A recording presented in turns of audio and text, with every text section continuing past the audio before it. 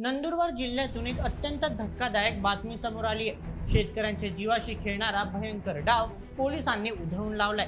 आता या प्रकरणामुळे संपूर्ण नंदुरबार जिल्हा चांगलाच हादरलाय। तर चला सविस्तर सांगतो।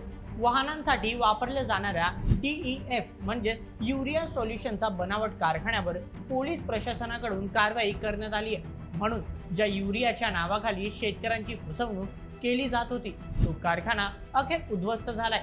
अत्यंत सावधपणे आणि फिल्मी स्टाईलमध्ये गुप्त माहितीच्या आधारे जिल्हा पोलिसांकडून ही कारवाई केल्याचे सांगितले जात आहे। आता या कारवाईत राजस्थानमधील एका टोळीला ताब्यात घेण्यात आले असून लाखो रुपयांचा मुद्देमाल देखील जप्त करण्यात आलाय। या कारवाईनंतर आसपासच्या परिसरात मोठे संभ्रमाचे वातावरण निर्माण झाले आहे। या प्रकरणामुळे बनावट कारखाने आणि त्यामध्ये होणारा काळा बाजार हा प्रश्न पुन्हा एकदा उपस्थित झालाय।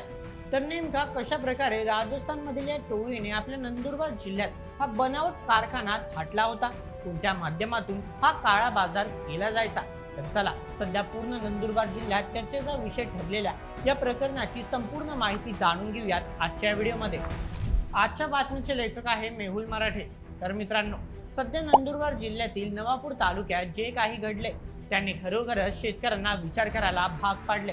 कारण गेल्या काही काळापासून नवापूर शहरातील मध्यवस्तीत असलेला बनावट DEF युरिया निर्मितीचा कारखाना उद्ध्वस्त करण्यात आलाय।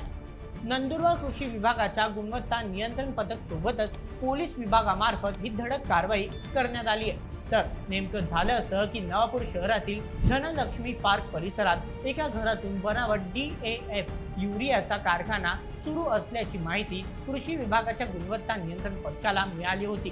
त्यानुसार संबंधित ठिकाणी छापा टाकण्याची योजना तयार करण्यात आली। यासाठी पोलीस प्रशासनाची मदत देखील घेण्यात आली।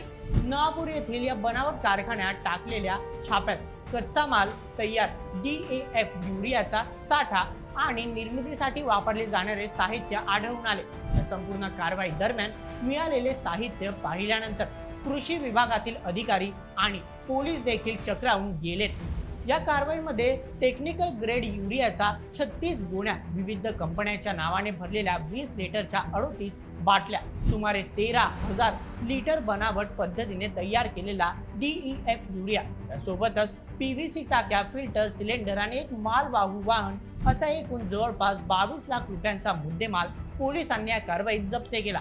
संपूर्ण कारवाईत राजस्थान राज्यातील बाड़मेर येथील गोवर्धन राज चौधरी, टीकाराम चुनाराम आणि जसराम मात्रा या तिघांना ताब्यात घेण्यात आले। सर्वात धक्कादायक गोष्ट म्हणजे या तिघांकडे कोणत्याही प्रकारचा अधिकृत परवाना नसल्याचे देखील समोर आले आहे। हे सर्व आरोपी नामांकित कंपन्यांच्या नावाखाली बनावट उत्पादन बाजारात पुरवत असल्याचा संशय गेल्या काही काळापासून व्यक्त केला जात होता। आता नंदुरबार जिल्ह्यातील झालेल्या या धडक कारवाईच्या माध्यमातून कृषी विभाग आणि पोलीस प्रशासनाने संपूर्ण राज्यभरात अशा प्रकारच्या बनावट खत आणि DEF निर्मिती विरोधात मोहीम अधिक तीव्र करण्याचे संकेत दिले आहेत। आता संबंधित तिघी आरोपींवर नवापूर पोलीस स्टेशनमध्ये गुन्हा दाखल करण्यात आला आहे। सोबतच या प्रकरणातील पुढील तपास देखील पोलिसांकडून करण्यात येईल। या बनावट क्वालिटीच्या युरियामध्ये शेतकऱ्यांच्या उत्पादनावर गंभीर स्वरूपाचा परिणाम होऊ शकतो। सोबतच शेतकऱ्यांना एक मोठा आर्थिक फटका बसण्याची भीती असते। DEF युरिया वाहनांच्या इंजिन कार्यक्षमतेवर देखील परिणाम करू शकतो। म्हणूनच अशा प्रकारे बनावट DEF युरिया खरेदी करणे खरोखरच नुकसानकारक असते। पण आता प्रश्न पडतो की राजस्थानमधील ह्या टोळीकडे यासाठी लागणारा ग्रेड युरियाचा पुरवठा नेमका कुठून गेला, सोबतच यासाठी लागणारे साहित्य नेमकं कोणाकडून येत होते। या तिघी संशयित आरोपींजवळ कोणताही प्रकारचा परवाना नसताना नेमका कोणाच्या पाठबळाने राजस्थानमधील ही फ्रॉड टोळी हा DEF युरिया तयार करत होती?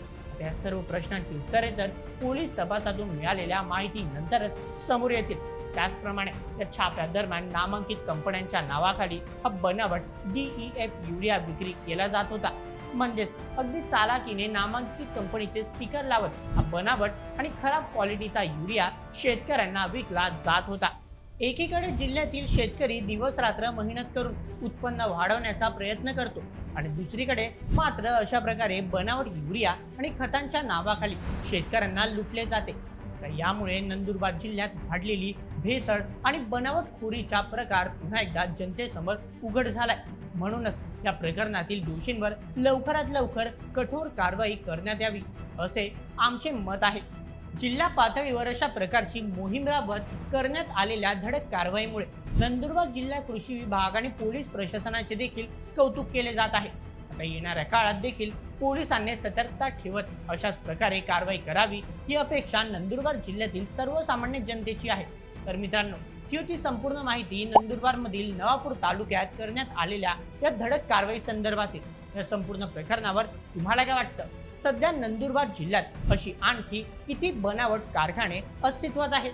तुमचं मत आम्हाला कमेंट मध्ये नक्की सांगा आणि अशाच व्हिडिओसाठी सबस्क्राईब करा बोल MH आपल्या YouTube चॅनलला। धन्यवाद।